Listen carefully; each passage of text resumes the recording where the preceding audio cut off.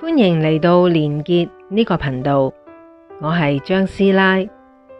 師奶閱閱讀充實心靈。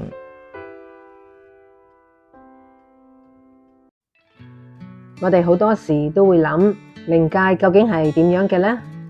約翰喺書入面收錄咗好多親身經歷同個案故事，每一個都好感人，令我哋對彼岸有咗新嘅體會。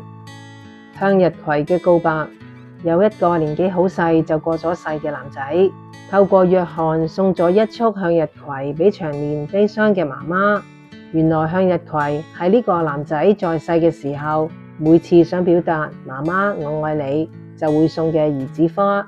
當媽媽收到呢個信息，瞬間泣不成聲，因為佢知道個仔真係喺度，而且愛從未改變。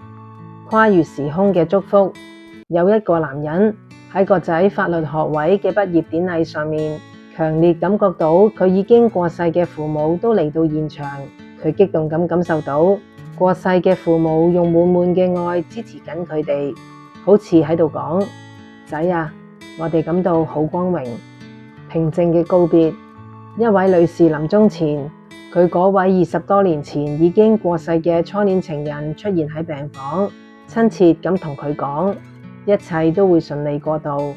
屋企人發現佢聽完呢句說話之後，神情變得前所未有咁平靜同安詳。呢啲真實案例話俾我哋知，愛真係可以穿越生死。下次當你感覺到孤單，請回想呢啲故事，你喺彼岸嘅親人其實一直都用另一種方式深深咁愛住你。